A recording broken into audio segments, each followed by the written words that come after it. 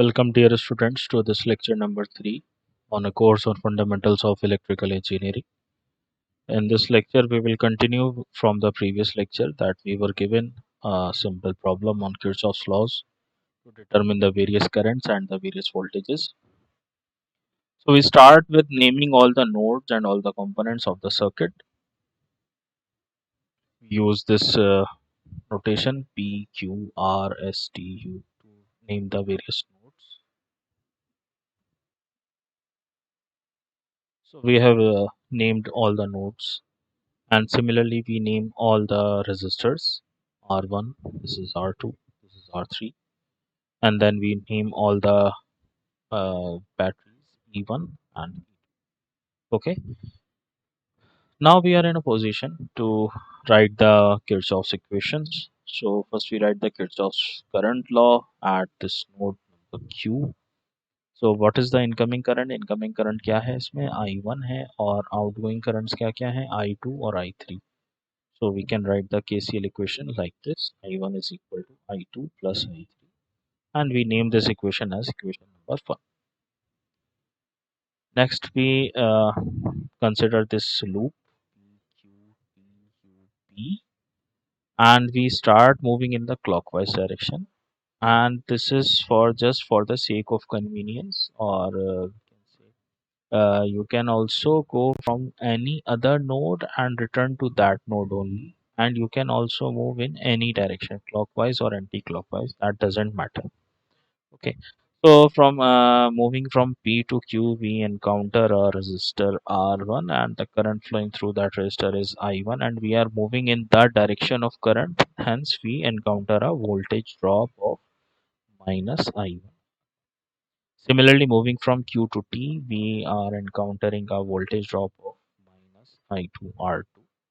And from T to U, we don't have a change in potential, and from U to P, we have a potential rise of plus E1. Okay, so this is the equation. Next, we substitute the values of the given components. Okay, and then we can simplify this equation to obtain this equation. I1 plus 4I2 is equal to 16, और इसको हमने नाम दे दिया equation number 2. Next हम दूसरा loop लेते हैं QRSTQ. Okay, and again we move in clockwise direction, and again I am telling you that it is not important कि आप clockwise direction में मूव करें या एंटी क्लॉकवाइज डायरेक्शन में मूव करें या किस नोड से आप स्टार्ट करें. कोई चाहे तो R से स्टार्ट कर सकता है, कोई चाहे तो S से स्टार्ट कर सकता है, कोई चाहे तो T से स्टार्ट कर सकता है, और डायरेक्शन भी मैटर नहीं करता, चाहे आप क्लॉकवाइज डायरेक्शन में मूव करें चाहे एंटी क्लॉकवाइज डायरेक्शन में आप मूव करें. ठीक है, बस आपको वापस उसी नोड पर आना है जहां से आपने स्टार्ट किया है. तो Q से हमने स्टार्ट किया, वापस हम Q पर ही आएंगे. तो Q से R की तरफ हम गए तो हमें वोल्टेज ड्रॉप मिला माइनस I3 R3. ठीक है, R से S की तरफ गए तो फिर हमें वोल्टेज ड्रॉप मिला माइनस E2, और E2 की वैल्यू हमारे पास 20 है तो वो हमने यहाँ पे पहले ही से रख दी. S से T कोई पोटेंशियल चेंज नहीं. T से Q की तरफ हम आए तो करंट के अपोजिट डायरेक्शन में हम जा रहे हैं, तो हमें वोल्टेज राइज मिलेगा, इसलिए हमने लिख दिया है प्लस I2 R2. अब फर्स्ट इक्वेशन से हम क्या करेंगे, I3 की वैल्यू को लिख देंगे I1 और I2 के टर्म्स में. ठीक है, और इस इक्वेशन को हम सिंप्लीफाई कर लेंगे. So we again have an equation in the term of I1 and I2. ये इक्वेशन हमारे पास आ गई, इसको हमने इक्वेशन नंबर 3 कह दिया. अब इक्वेशन 2 और इक्वेशन 3 को हम सॉल्व कर लेते हैं for I1 and I2. So we add the equation number 2 and equation number 3, then I1 and I1 cancels out and we get I2 as 3 ampere. और जब I2 की वैल्यू आ गई तो हमारे पास I1 की वैल्यू भी आ जाएगी. हम किसी एक इक्वेशन में I2 की वैल्यू रख देंगे, I1 की वैल्यू आ जाएगी 4 एम्पियर्स, और I3 की वैल्यू आ जाएगी I1 minus I2, that is 4 minus 3, that is 1 ampere. Okay, जब हमारे पास करंट्स आ गए तो हमारे पास वोल्टेजेस भी आ जाएंगी. हम सिंपली रजिस्टर से उन्हें मल्टीप्लाई कर देंगे रजिस्टर वैल्यूज से. तो V1 आ जाएगा 8 वोल्ट, V2 आ जाएगा 24 वोल्ट और V3 आ जाएगा 4 वोल्ट. और इन वैल्यूज़ को आप दोबारा से सर्किट में इक्वेशंस में केसीएल और केवीएल इक्वेशंस में रख के देख सकते हैं कि किरचॉफ्स लॉज जो है वो वेरीफाई हो रही हैं और वैलिड है। ठीक है। एक ये प्रॉब्लम और है जो आप लोग को सॉल्व करनी है। इसमें कोई करंट, कोई वोल्टेज, कोई डायरेक्शन नहीं दिया हुआ है, सब चीज़ आपको खुद से एज्यूम करनी है। और इसमें आपको वेरियस करंट सॉल्व करने हैं, यानी current through this resistor, current through this resistor and current through this resistor. और जब करंट आ जाएगा तो वोल्टेज भी आप मालूम कर सकते हैं। That is very easy, just simply multiply the current and the resistance value to get the voltage across all the resistors. So next we start with the topic of magnetism. Magnetism सबको मालूम है कि क्या होता है। Magnetism is the phenomenon due to which some magnetic material can attract or repel another magnetic material. Okay, तो magnet का word कहाँ से आता है? ये आता है ancient Greek city of magnesia से, जहाँ पर कुछ मैग्नेटिक स्टोन्स पाए जाते थे जिन्हें लोड स्टोन्स कहा जाता था। आपको मालूम है अर्थ के कोर में भी मोल्टेन फॉर्म में आयरन है, तो इसलिए अर्थ भी एक नेचुरल मैग्नेट की तरह एक्ट करती है और उसमें भी एक नॉर्थ पोल और साउथ पोल है। Then we know that magnetism को यहाँ पे हम फॉर्मली डिफाइन कर दे रहे हैं एक कि इस मैग्नेट की क्या प्रॉपर्टी होती है जिसकी वजह से वो किसी सब्सटेंस को अट्रैक्ट कर सकती है, उसको मैग्नेटिज्म कहते हैं। And the materials that show the properties of magnetism are known as magnetic materials. क्या क्या magnetic materials हैं commonly? हमारे पास आयरन है, निकल है, कोबाल्ट है। ठीक है। Magnetism is the essential underlying physical phenomenon behind all electrical devices like generators and motors. Okay, बिना मैग्नेटिज्म के ये कोई भी डिवाइस ऑपरेट नहीं करेगा। और मैग्नेटिज्म होता किस वजह से है? मूविंग चार्जेस के इंटरैक्शन की वजह से मैग्नेटिज्म होता है किसी भी ऑब्जेक्ट। मैग्नेट्स की क्या प्रॉपर्टीज होती हैं? हर मैग्नेट में दो पोल्स होते हैं, एक नॉर्थ पोल होता है और एक साउथ पोल होता है। सबको मालूम है ये बात, ठीक है ना? इस तरीके से नॉर्थ और साउथ। ओके, और सेकंड पॉइंट है कि हाँ, हम इन पोल्स को सेपरेट आउट नहीं कर सकते। अगर हमारे पास एक मैग्नेट है, ये भी सबको मालूम है, अगर हमारे पास एक मैग्नेट है और उसमें यहाँ पर एक नॉर्थ पोल है, यहाँ पर साउथ पोल है, और मैं अगर इसे यहाँ से ऐसे कट कर दूं, ठीक है, तो यहाँ पर एक साउथ पोल जनरेट हो जाएगा, यहाँ पर एक नॉर्थ पोल जनरेट हो जाएगा। और मैं इसको जितनी बार भी करूँगा, ये जितनी बार भी मैं इस चीज़ को करूँगा उतनी बार एक पोल जनरेट होता चला जाएगा। तो इसलिए कहा जाता है कि नॉर्थ और साउथ पोल्स को सेपरेट नहीं कर सकते हैं। ठीक है। थर्ड पॉइंट ये भी सबको मालूम है कि लाइक पोल्स रिपेल करते हैं, यानी नॉर्थ और नॉर्थ रिपेल करेंगे, साउथ और साउथ रिपेल करेंगे, लेकिन नॉर्थ और साउथ अट्रैक्ट करेंगे। Magnet always attract iron and it's alloys. ठीक है, आयरन क्योंकि एक मैग्नेटिक मटेरियल है, तो आयरन को हमेशा मैग्नेट जो है वो आप क्या करेगी? अट्रैक्ट करेगी। और मैग्नेट के अराउंड जो स्पेस होती है जहाँ पे हम मैग्नेट को मैग्नेट का इफेक्ट हम फील कर सकते हैं, उसको कहा जाता है मैग्नेटिक। ठीक है। Magnetic substance itself becomes a magnet when attached to another magnet। ये आपको बहुत अच्छे से मालूम है कि अगर हमारे पास एक आयरन पीस है, हमने उसे मैग्नेट से अटैच कर दिया, तो that iron piece will also act like a magnet. There are some laws of magnetic force. दो लॉज हैं, हम यहाँ पर अभी दो लॉज देख रहे हैं कि अगर किसी चार्ज को इलेक्ट्रोमैग्नेटिक फील्ड में रखा जाए, यानी उसमें इलेक्ट्रिक फील्ड भी हो और मैग्नेटिक फील्ड भी हो, तो total field in the electromagnetic total force experienced by the charge in the electromagnetic field is given by this vector sum। आपको मालूम है force is a vector quantity and force in an electric field is given by the product of charge and the electric field, and force in a magnetic field is given by the product of charge and the vector product of velocity and the magnetic field। Okay? और हम इस equation को कहते हैं लॉरेंट्ज force equation. यहाँ पे मैं दिखा दे रहा हूँ आप लोग को, इस इक्वेशन को हम कहते हैं लॉरेंट्ज फोर्स इक्वेशन।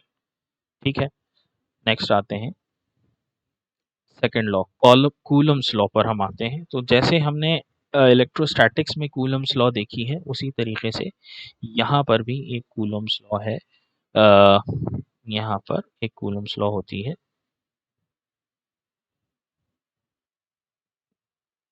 तो कूलम्स लॉ फॉर मैग्नेट्स की हम बात कर रहे थे। तो it is similar to the Coulomb's law for charges. And अगर हम मान लें, हाइपोथेटिकली मान लें कि हमने नॉर्थ पोल को और साउथ पोल को आइसोलेट कर लिया है, अलग अलग कर लिया है, तो और दो हमारे पास अलग अलग मैग्नेटिक मोनोपोल्स हैं जिनकी पोल स्ट्रेंथ है m1 और m2, that is analogous two charges, and distance कुछ है उनके बीच में, यहाँ d होना चाहिए, यहाँ मैंने r लिख रखा है गलती से, d उनके बीच में कुछ डिस्टेंस है। ठीक है, so then the force, coulomb's force between these two magnetic monopoles is proportional to the product and inversely proportional to the square of the distance. Okay, proportionality हटाने के लिए हमने एक कांस्टेंट लगा दिया, और जैसा ही कांस्टेंट हम इलेक्ट्रोस्टैटिक्स में देखते हैं वैसे ही कांस्टेंट कुछ यहाँ पर आता है, 1/4 पाई म्यू। ठीक है, नेक्स्ट देखते हैं म्यू क्या होता है। Mu is the permeability of the medium in which the magnetic monopoles are placed. It gives an idea of ease with which a substance can be magnetized. ठीक है, और ये इसकी वैल्यू होती है एयर में, परमिएबिलिटी की वैल्यू ये होती है, अगर आप देखें तो this is very very small value. This means air को हम मैग्नेटाइज नहीं कर सकते, या हम कहेंगे कि air is a poor conductor of magnetism.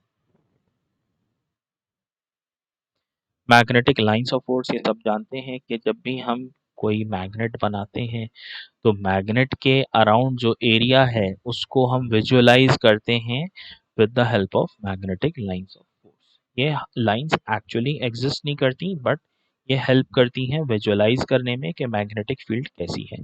कुछ प्रॉपर्टीज होती हैं मैग्नेटिक लाइंस ऑफ फोर्स की, जैसे कि नॉर्थ से निकल के मैग्नेटिक लाइन साउथ में चली जाती है और अंदर भी होती है, और ये क्लोज लूप बनाती है। दूसरी बात, कि कोई भी दो मैग्नेटिक लाइंस जो हैं इंटरसेक्ट नहीं कर पाएंगी, क्योंकि अगर अगर वो इंटरसेक्ट करेंगी तो इसका मतलब मैग्नेटिक फील्ड के दो डायरेक्शन हो जाएंगे, लेकिन मैग्नेटिक फील्ड भी एक वेक्टर क्वांटिटी होती है, और वेक्टर का एक ही डायरेक्शन होता है, यूनिक डायरेक्शन होता है। ठीक है, where the magnetic lines of force are closer together, जहां पर मैग्नेटिक लाइंस पास पास हैं वहां पर मैग्नेटिक फील्ड को स्ट्रॉन्ग माना जाता है, और जहां दूर दूर हैं वहां मैग्नेटिक फील्ड को वीक माना जाता है। नेक्स्ट आते हैं मैग्नेटिक फ्लक्स। तो magnetic flux basically concentration of magnetic lines ही बताता है। ठीक है, तो अगर हम कहें कि हमारे पास कुछ इस तरीके से लाइंस हैं, ठीक है, पास पास लाइंस हैं हमारे पास, तो हम ये कहेंगे कि इस एरिया में हमारे पास ज्यादा मैग्नेटिक फ्लक्स है, और अगर हमारे पास मैग्नेटिक लाइंस कुछ ऐसे हैं दूर दूर लाइक दिस, तो हम कहेंगे कि इस एरिया में हमारा मैग्नेटिक फ्लक्स या मैग्नेटिक फील्ड जो है वो, ठीक है। और अगर हम फ्लक्स पर यूनिट एरिया कर दें तो वो हमें बताता है magnetic flux density. Magnetic flux density यानी ये हमारे पास लाइंस हैं, मैग्नेटिक फील्ड लाइंस हैं, नॉर्थ से निकल के कहाँ जा रही हैं, साउथ पोल में जा रही हैं। ठीक है, और ये हमने कुछ एरिया कंसिडर कर लिया ए, तो जितनी लाइंस इससे पास हो रही हैं वो तो फ्लक्स है, इस एरिया से जितनी लाइंस पास हो रही हैं, और हमने उस एरिया से डिवाइड कर दिया, उस एरिया से हमने डिवाइड कर दिया तो हमको मिल गई मैग्नेटिक फ्लक्स डेंसिटी। इसकी एसआई यूनिट टेस्ला है या weber per metre square. Magnetic field strength, magnetic field strength क्या होती है कि अगर हमारे पास कोई पोल मैग्नेटिक मोनोपोल रखा है तो उसके ऊपर एक दूसरे मैग्नेटिक मोनोपोल की वजह से कितनी फोर्स लग रही है, उसको हम मैग्नेटिक फील्ड स्ट्रेंथ कहते हैं। यहाँ पर उसकी डेफिनेशन और उसकी इक्वेशन आपको दी हुई है। परमिएबिलिटी की हम बात करते हैं। परमिएबिलिटी क्या होती है? देखिए, परमिएबिलिटी को हमने अभी पहले ही बताया आपको कि it is basically the conductivity for magnetic flux. The greater the permeability of a material, the greater is its conductivity for magnetic flux and vice versa. Air or vacuum is the poorest conductor of magnetic flux. It is given by mu is equal to mu naught into mu r, या हम mu r को अगर हम लिखना चाहें relative permeability, तो it will be mu r will be mu upon mu naught. Okay, so क्योंकि ये रेशियो है तो इसका मतलब म्यू आर की कोई यूनिट नहीं होगी, कोई वैल्यू होगी, न्यूमेरिकल वैल्यू होगी, यूनिट नहीं होगी। म्यू म्यू की हम वैल्यू अभी हम पहले देख चुके हैं, ठीक है ना। और म्यू नॉट की वैल्यू भी हम देख चुके हैं। म्यू की यूनिट और म्यू नॉट की यूनिट सेम होगी, लेकिन जब हम दो सेम यूनिट की क्वांटिटीज का रेशियो लेंगे तो जो हमें रेशियो मिलेगा, रेशियो की कोई यूनिट नहीं। ठीक है, अब यहाँ पे हम देख लें म्यू हम क्या कह रहे हैं, actual permeability of the material. Mu naught हम कह रहे हैं परमिएबिलिटी ऑफ द एयर और वैक्यूम, अभी हमने इसकी वैल्यू देखी 4 पाई इंटू 10⁻⁻⁷। और mu r is the relative permeability of the material. अब इसको समझने की कोशिश करेंगे, ठीक है।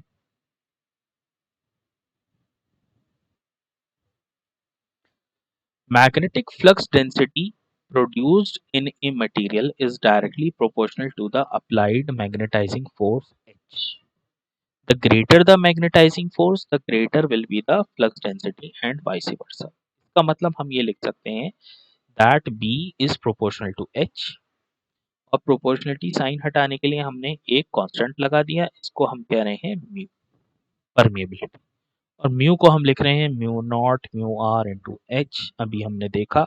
और म्यू को हम लिख रहे हैं बी अपॉन एच, तो हम इसको कह रहे हैं कि that it is a constant. अभी हम आगे देखेंगे कि ये कांस्टेंट नहीं होती। यहाँ पर अभी के लिए हम कह रहे हैं कि ये कांस्टेंट है, ऐसा लग रहा है, लेकिन जब हम बी वर्सेस एच ग्राफ देखेंगे, आगे हम अभी बनाएंगे बी वर्सेस एच ग्राफ, ठीक है। तो वहां पर हम देखेंगे कि ये स्ट्रेट लाइन नहीं आएगा। क्यों नहीं आएगा उसको हम देखेंगे। The ratio in A B by H in a material is always constant, और हम ये कह सकते हैं कि at a given condition it is constant and is equal to the absolute permeability mu of the material. Suppose a magnetizing force H produces a flux density B naught in air. Clearly, B naught is equal to mu naught into H. If the air is replaced by some other material which has a relative permeability mu R, and then the same magnetizing force H is applied, then the flux density in the material should be B material is equal to mu naught into mu R into H. Hence, relative permeability of a material is equal to the ratio of the flux density to the flux density produced in air by same magnetizing force. अभी हम यहाँ पे अगर हम देखना चाहें B mat upon B, अगर हम करें B mat upon B not अगर हम करके देखें, यहाँ पे देखिए, ये मैं दिखा दे रहा हूँ आपको। यहाँ पे अगर मैं यहाँ पे करूँ B mat B material upon B not, क्या आएगा भाई हमारे पास। बी नॉट तो हमारे पास म्यू नॉट एच था, और ये mu naught mu R H था, तो ये रेशो क्या आ जाएगा हमारे पास, म्यू। ठीक है ना, ठीक है। तो ये कहना चाह रहे हैं that the relative permeability of a material is equal to the ratio of flux density produced in that material to the flux density produced in air by the same magnetizing force. Thus, when we say that mu R of soft iron is 8000, it means that for the same magnetizing force, flux density in soft iron will be 8000 times its value in air. इस बात को समझने की कोशिश करते हैं। मान लीजिए हमारे पास कुछ एरिया है, एरिया,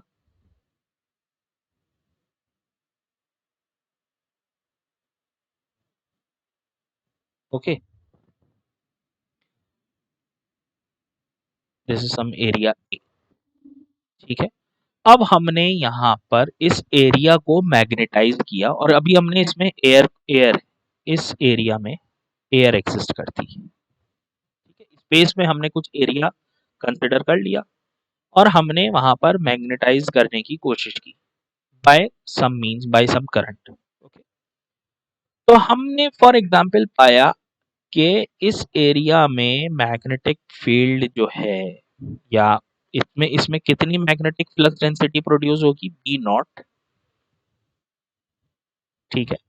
और हम ये कह सकते हैं कि मान लीजिए हम, अगर हम अज्यूम कर लें तो इस एरिया में से मान लीजिए हम ये कह रहे हैं कि सिर्फ एक मैग्नेटिक, क्योंकि एयर जो है मैग्नेटिक कंडक्टर नहीं है, it is a poor magnetic conductor, तो हमने कहा कि एक मैग्नेटिक फील्ड लाइन इस एरिया में से पास हो रही है हमारे पास, ठीक है।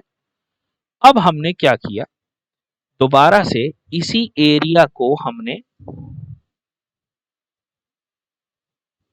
इसी एरिया में हमने क्या रखा, सॉफ्ट आयरन को रखा, ठीक है। और पाया कि हमारे पास जो magnetic flux density soft iron की हमने कह दिया बी आई, वो प्रोड्यूस हो रही है, ठीक है, वो प्रोड्यूस हो रही है। और हम यहाँ पर ये पाएंगे कि यहाँ पर जहाँ एयर में सिर्फ एक मैग्नेटिक लाइन इस एरिया में से पास हो रही थी, वहीं हम पाएंगे that 8000 lines will pass through this area where soft iron is placed, ठीक है। या हम ये कह सकते हैं कि हम ये पाएंगे दैट बी आई, जो मैग्नेटिक फ्लक्स डेंसिटी आयरन में, सॉफ्ट आयरन में प्रोड्यूस हुई, वो कितनी है, वो 8000 टाइम्स है, 8000 टाइम्स है magnetic flux density produced in air, ये कहने का मतलब है। यानी हम सॉफ्ट आयरन को 8000 टाइम्स इजियर है मैग्नेटाइज करना देन एयर, ओके। ये इस पॉइंट में हमने कहने की कोशिश करी।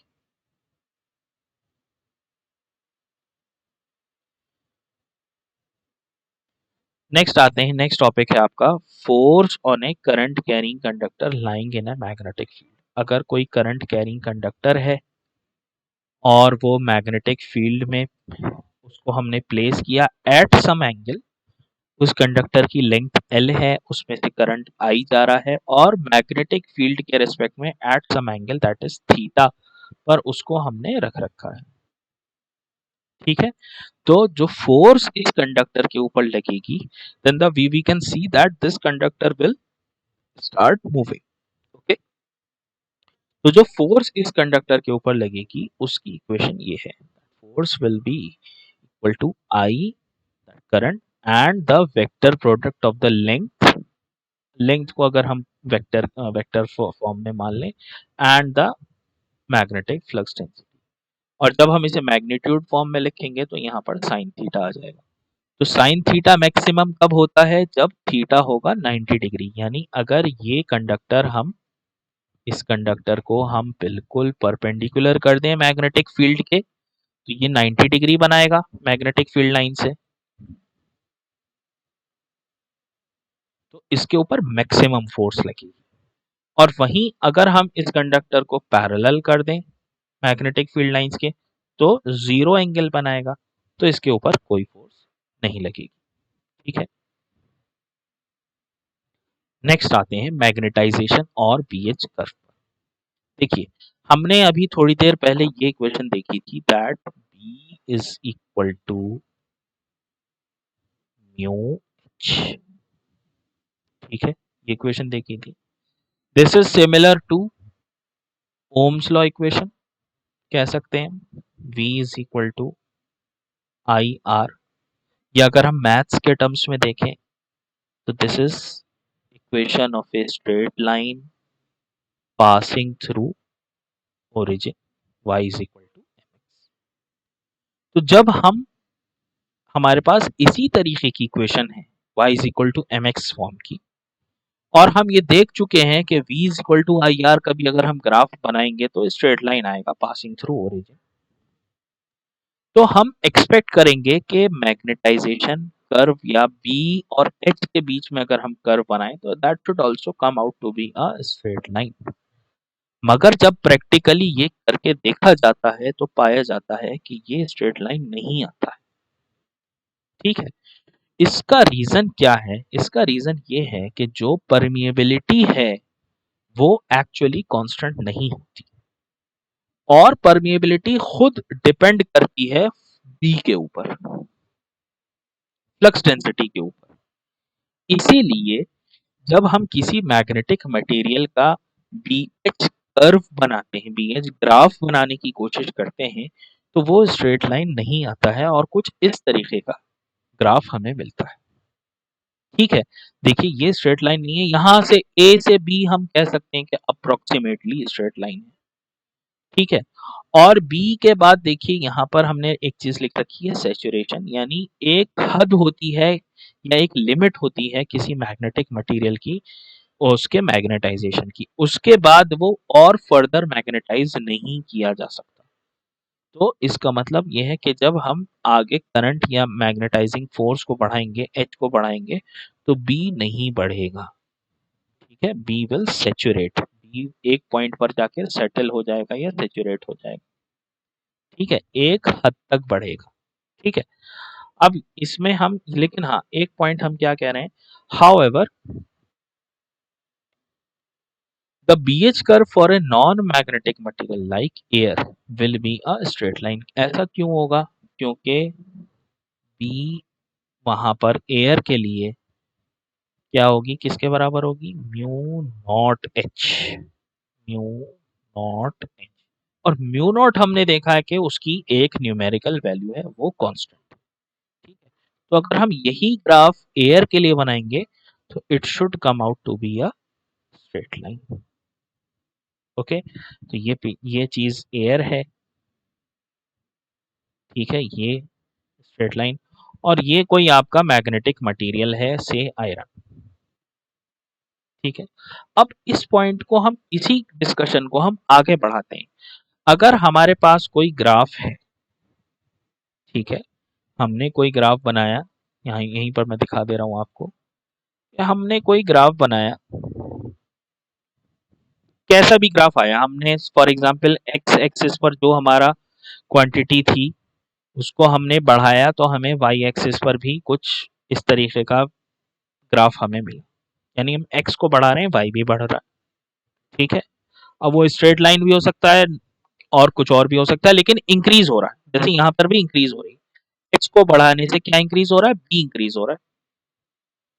ठीक है ना, तो और अगर हम एक पॉइंट पे जाके मान लीजिए रुक जाते हैं, यहाँ पर हम रुक गए और हम दोबारा एक्स को घटाने की कोशिश करते हैं, तो हमारी एक्सपेक्टेशन यही होगी कि जिस ग्राफ के ऊपर हम चले थे उसी ग्राफ के ऊपर हम वापस आ जाएंगे।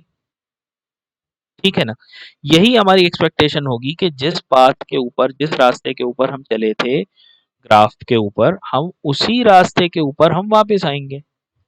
लेकिन मैग्नेट्स में ऐसा नहीं होता है, जब हम एच को घटाना शुरू करते हैं तो इस पाथ, इस कर्व के ऊपर वो नहीं आता है वापस, वो दूसरा पाथ ले लेता है, और एक तरीके से कहते हैं कि जितना हम एच को घटा रहे हैं उस प्रोपोर्शन में नहीं घटता है मैग्नेटिक फील्ड। ठीक है, तो इसको हम कहते हैं हिस्टेरिसिस। आगे इस पॉइंट को देखेंगे, इस चीज को हम कहते हैं हिस्टेरिसिस। यानी ये ओ से ए जो हम गए, ओ से ए, ये तो हमारा नॉर्मल मैग्नेटाइजेशन कर्व था जो भी हमने बनाया पिछली स्लाइड में। लेकिन हम ए के बाद हम क्या कर रहे हैं, यहां से इस, ये सर्किट है, इस सर्किट में ये एक रिंग है आयरन की, इसके ऊपर हमने वायर को लपेट रखा है और हम बैटरी के थ्रू यहाँ पर करंट हम सप्लाई कर रहे हैं। और करंट को हम चेंज कैसे कर रहे हैं, by the means of this variable resistance, या आपने रियोस्टेट देखी होगी लैब में, फिजिक्स लैब में। ठीक है, तो यहाँ पर हम करंट को चेंज कर रहे हैं, करंट को हम बढ़ाते गए और एक पॉइंट हमें ए मिल गया, ए के बाद क्या हुआ कि करंट बढ़ाने से, एच को बढ़ाने से बी में कोई चेंज नहीं आया, तो हमने क्या किया, हमने करंट को घटाना शुरू किया। तो ये होना चाहिए था कि वापस हम इसी ग्राफ के ऊपर आते, लेकिन ऐसा नहीं हो रहा है। हो क्या रहा है कि हम मैग्नेटिक फ्लक्स डेंसिटी का जो ग्राफ है वो थोड़ा डिफरेंट वे ले रहा है। ठीक है, और यहाँ पर आके फिर हमने फिर से करंट के डायरेक्शन को, यहाँ पे सी पे आके हमने करंट के डायरेक्शन को फिर चेंज कर दिया, तो ये नेगेटिव डायरेक्शन में जाके सेचुरेट हो गया। ठीक है, नेगेटिव डायरेक्शन में जाके सेचुरेशन का क्या मतलब है, अब मैग्नेट की पोलैरिटी जो है वो एक तरीके से बदल जाएगी, जो नॉर्थ था वो साउथ हो जाएगा, जो साउथ था वो नॉर्थ हो जाएगा।